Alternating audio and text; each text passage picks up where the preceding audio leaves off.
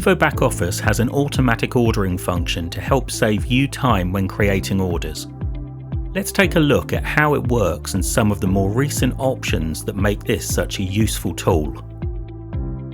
We'll start with some housekeeping by telling Evo the minimum amount of each item we want left in stock at any one time.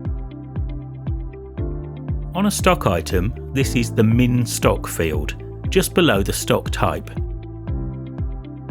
This item has 5 listed, so the auto order will calculate how many to order to cover the sales and leave 5 in stock.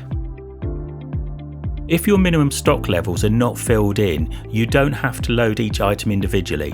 Instead, I would use the bulk stock editor. Load your items, select min stock from the options and work your way down the list.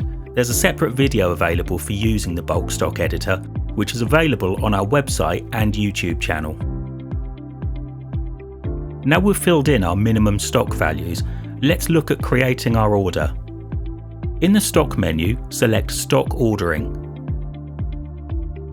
Press the Add Order button. Select your supplier from the list. I'm using a Blakemore system, which wants me to select the depot. If I've scanned my order for all depots on my HHT, I can choose to tick the Combined Order box. This lets me load all items from this supplier into one order, regardless of depot. Then, when I send it, it'll automatically split the order into the correct depots and send them as separate orders. If you're doing large orders for your main supplier on a regular basis, this saves you from creating separate orders every time. If you're using version 25.1 and this option isn't available, it just needs to be configured by our support team. Of course, if you're only planning to order from one depot, then just leave the box unticked and select your depot. Next, we'll fill in the delivery date and reference, then select Create Order. To generate an automatic order, press the Use Auto Ordering button and you'll see the order options appear.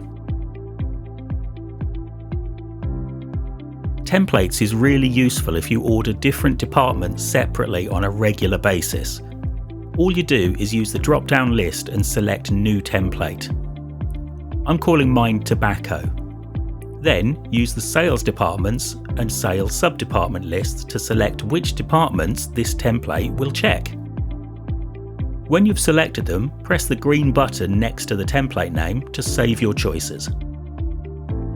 If you don't want to choose a template, you can manually select from the departments list each time you create an auto order. Days to stock is how many days the stock order needs to last for. So ideally you want enough stock to cover until your delivery after this one arrives. So if I receive deliveries on a Tuesday and Friday each week, for a Tuesday delivery ordered on a Saturday, I'd need to set this to 7 days, otherwise I'd potentially sell out before my second delivery arrives. Days of sales history used is how many days sales are used to determine the average daily sales amount of each item. This can be changed, so if there's a sudden weather change, you could look back at the last week when ordering ice creams, for example. The 60 days default is usually very good at counteracting random sales spikes though.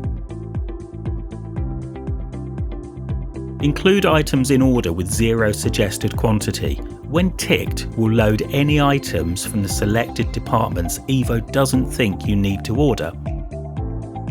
Because they're loaded into the order though, you can change the quantity from 0 if you feel you do require it.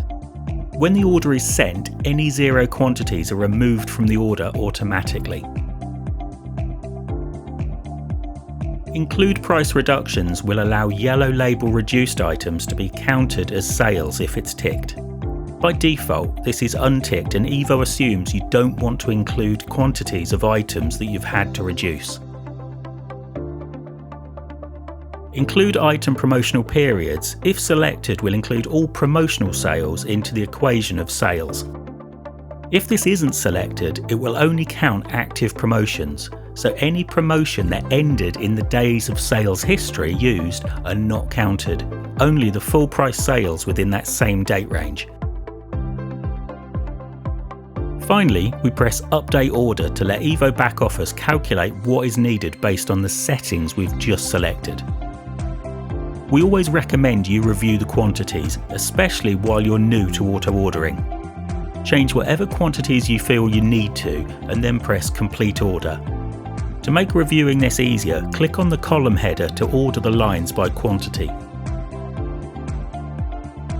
This is your last chance to review the order before sending it. If you're happy with the order, press Transmit Order. Don't forget, if you ticked Combined Order near the start, this is where it separates it into an order for each depot.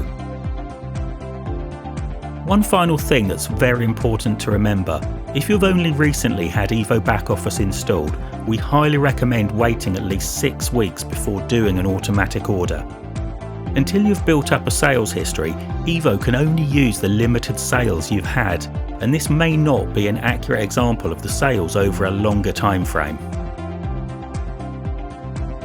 To find out more about evoBackOffice, visit our website. Thanks for watching.